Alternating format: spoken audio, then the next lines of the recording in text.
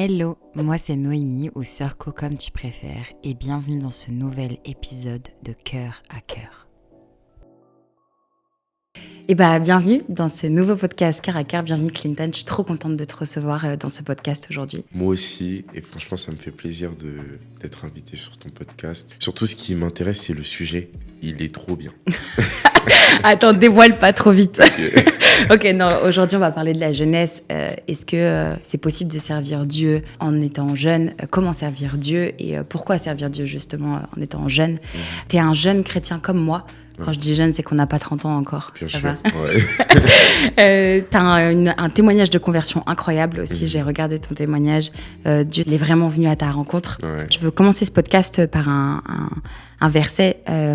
Dans 1 Timothée 4:12, il y a écrit que personne ne méprise ta jeunesse, mais sois un modèle pour les fidèles en parole, en conduite, en charité, en foi et en pureté. Il y a Ecclésiaste 12:1 aussi qui dit « Et toi, dans les jours de ta jeunesse, réjouis-toi, livre ton cœur à la joie pendant la jeunesse, marche dans les voies de ton cœur selon les regards de tes yeux, mais sache que pour tout cela, Dieu t'appellera à un jugement. » C'est fou, ces deux versets. Est-ce que tu peux parler un peu de toi en tant que jeune, tu vois, comment tu interprètes ces versets, qu'est-ce que ça fait résonner chez toi ? Tu vois, autant le fait qu'on ne doit pas mépriser ta jeunesse et qu'il faut être un modèle en toute chose, et autant la Bible dit que quand t'es jeune, t'as des penchants et que, ok, tu peux te livrer à toutes ces choses, mais sache qu'il y aura un jugement de Dieu sur toi. Moi, je pense que déjà, pour moi, la société nous a formatés à être à un certain niveau, à réfléchir d'une certaine manière. Et je pense que ces valeurs que la Bible véhicule sont là pour casser ces faux raisonnements et pousser un jeune à servir Dieu. Moi, j'aime beaucoup le verset qui dit « par la puissance qui agit en nous ». Et je pense que quand on est jeune, on a toujours cette ferveur-là, mais on ne sait pas trop quoi en faire. Ouais. Et soit c'est pour faire quelque chose de positif ou soit faire quelque chose de négatif. Je pense que dans la jeunesse, il n'y a pas trop cette zone de neutralité. On prend toujours un côté et on y va à fond. Et moi, le côté que j'ai décidé de prendre, c'est celui de Jésus. Amen. Et quand j'ai décidé de prendre celui de Jésus, je me suis dit, Clinton, ne te vois pas comme un jeune. Justement, pour moi, c'est ça c'est ça le problème, c'est que on se voit comme des jeunes. Alors que pour moi, dans ma tête, j'ai 40 ans, j'ai 50 ans. Et c'est ça qui fait que je suis productif. Ouais, c'est vrai. Parce que dans ma tête, j'ai pas le temps, je dois racheter le temps. Tu vois. Donc, c'est dans ce sens-là que je prends le premier verset que tu as donné, de ne pas mépriser sa jeunesse. Ouais. Et le deuxième verset, les passions de la jeunesse, effectivement, c'est un fléau. Je pense que dans ma génération, on n'a jamais été aussi tenté. Les puffs, les ballons, les boîtes de nuit, sur les réseaux sociaux, n'en parlons même pas. Je pense que ce qu'il faut faire, c'est prendre une décision claire. C'est-à-dire, soit je décide d'être totalement à Christ, ou soit je décide de ne pas l'être. Je pense que c'est ça le dilemme dans cette génération, c'est de prendre une décision claire. Ouais, c'est hyper intéressant ce que tu dis. Moi, je me suis convertie à l'âge de 17 ans et je savais, tu vois, que c'était jeune, mais je me rendais pas compte que j'étais jeune. Pour moi, dans ma tête, j'avais 25, tu vois, voire plus. Et j'avais vraiment cette soif d'être tout ou rien, dans le sens, je veux être jeune, je veux être à Jésus, je veux servir Jésus et surtout, je veux montrer que c'est possible d'être jeune et de servir le Seigneur. Donc, je pense que toute personne qui se convertit, elle ressent un peu ce truc que tu dis justement de ouais, j'ai l'impression des fois je suis pas jeune, et comme il y a un décalage entre notre génération, tu vois, des jeunes actuels, et quand t'es converti, les valeurs qui sont attachées à la foi, des fois tu t'identifies même pas comme cette jeunesse, en fait, tu dis j'aurais dû peut-être être dans un autre siècle, ou enfin tu vois, tu comprends ce que je veux dire. Très bien, ouais. Et donc c'est hyper intéressant parce que beaucoup de gens disent que servir Dieu jeune, entre guillemets, ça sert à rien, qu'il faut profiter de sa jeunesse, que tu vois, genre, tu dois vivre tes expériences et après, tu serviras le Seigneur. Je sais pas trop ce que t'en penses, toi, de ça. Déjà, ce que t'as dit en premier, c'est très pertinent parce que la manière dont t'as décrit comment t'as décidé de servir Christ, le feu que tu as, je le ressens aussi. C'est-à-dire, c'est des feux qui se fabriquent pas. Ouais. Tu vois, il y a des choses qui se fabriquent pas. Et déjà, pour les gens qui nous écoutent, je vous invite vraiment à aspirer à avoir ce feu. C'est-à-dire, ce feu, il se sent. T'as pas besoin de trop parler. On sent que t'as cette ferveur en toi. Yes. Maintenant, pour moi, les passions de cette jeunesse, ok, on va pas se mentir. Aller en boîte de nuit, franchement, moi, je trouve que c'est cool. Quand j'étais dans le monde, je suis désolé, quand j'étais en boîte de nuit, j'étais pas là en train de pleurer. J'étais là, ouais. Il y a un certain plaisir dans le monde. Quand tu parles avec des filles, c'est pas ennuyant. Donc, d'un côté, ces personnes-là trouvent un certain réconfort dans le péché. Mais le truc, c'est dans la finalité des choses, quand tu pèses le pour et le contre, quand tu parles avec ces personnes, tu te rends compte qu'en vrai, elles sont vides. C'est un diamant, mais il est creux. Alors que Jésus nous rend lourds. Les valeurs qu'il nous véhicule nous permettent de véritablement être comblés. Et c'est ça le but. Amen. Donc, ouais. C'est ce que Salomon disait, tu sais, il a vécu toutes les passions de ce monde, il a tout eu.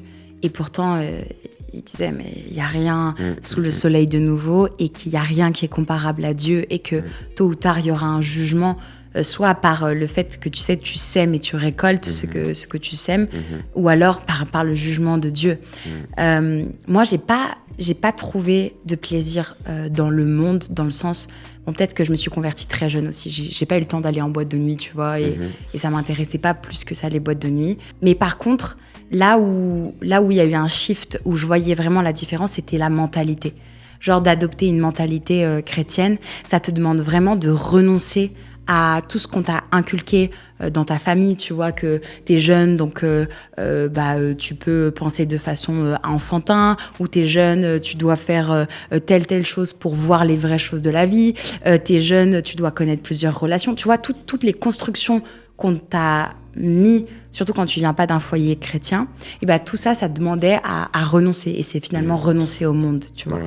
Mais il y a quelque chose que je trouve des fois qu'on passe à côté, c'est que, tu sais, quand t'es jeune, t'es tellement zélé, et comme on a parlé du feu, tu veux tellement être différent que du coup, tu deviens complètement déconnecté des vrais soucis et des vraies choses de cette jeunesse.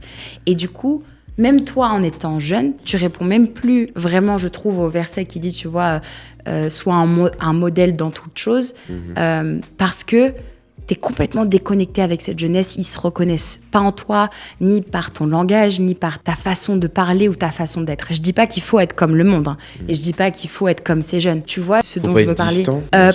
Par exemple, quand je me suis convertie, j'étais au courant de plus rien du monde. J'étais complètement déconnectée au niveau du cinéma. J'avais un zèle très radical, tu vois. Et quand on parlait avec moi, ça fait que j'allais même pas chercher les jeunes de ma génération parce que j'étais complètement déconnectée de ce qu'ils pouvaient vivre. T'étais une lumière parmi les lumières. J'étais une lumière parmi les lumières et j'étais déconnectée de mon temps et de mon âge, tu vois. Moi, ce qui m'intéressait, c'était d'aller chercher les plus âgés et une reconnaissance de ma foi et de ce que j'étais.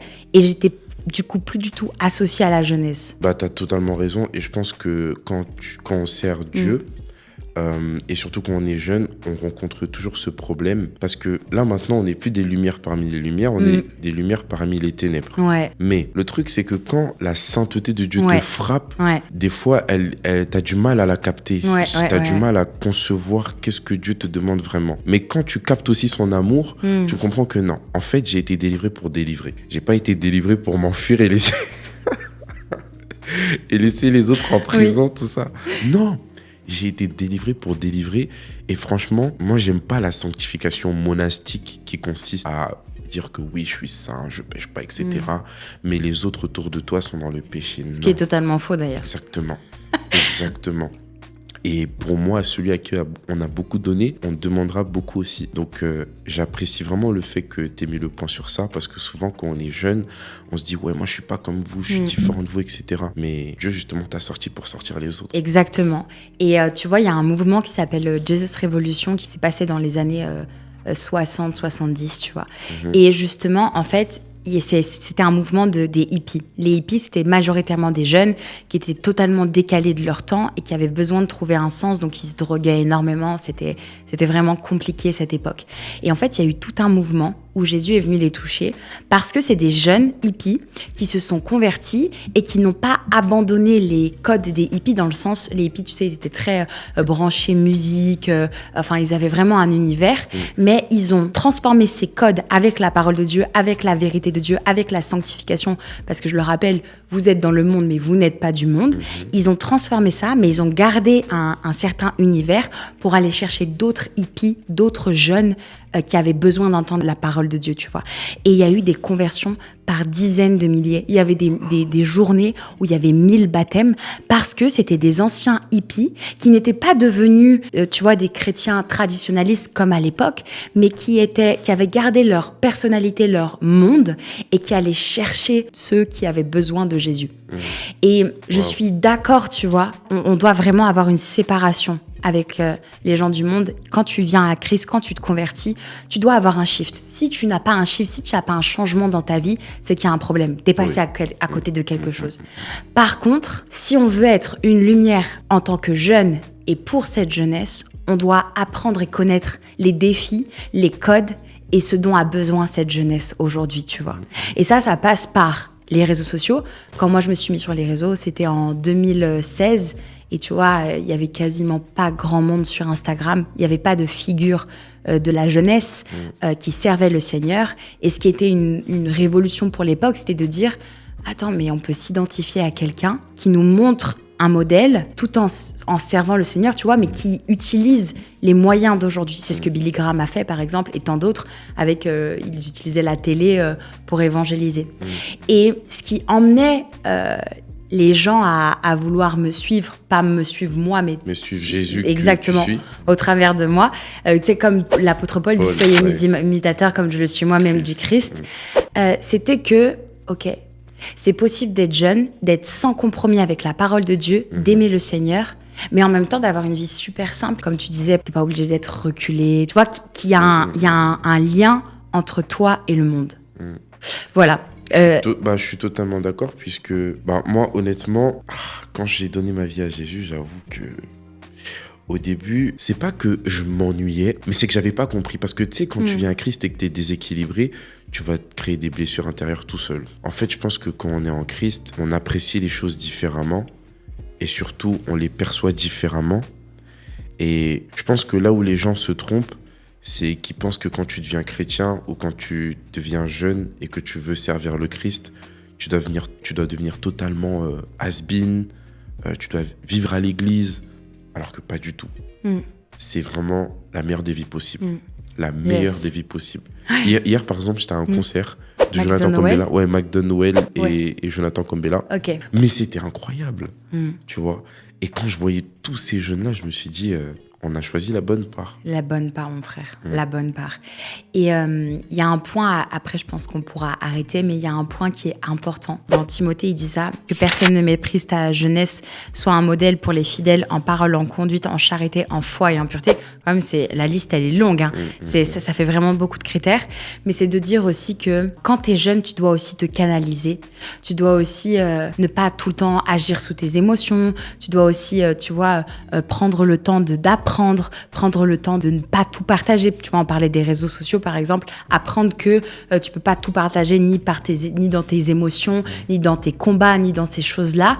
Et qu'il faut que tu sois un modèle dans le sens, même les anciennes personnes, même les personnes qui sont plus vieilles que toi dans la foi, quand elles voient comment tu te comportes, qu'elles voient ta pureté, ta foi, ils se disent « Waouh, le Saint-Esprit fait vraiment une œuvre dans la vie de cette personne. » Tu vois ? C'est vrai. Et je pense que, comme tu l'as dit, quand tu es jeune et tu veux servir Christ, tu sais, à l'ancienne, il y avait des voitures, tu faisais comme ça, schlac, et après, elles partent comme ça. Et je pense que quand tu es jeune, tu as cette pulsion d'énergie qui naît en toi.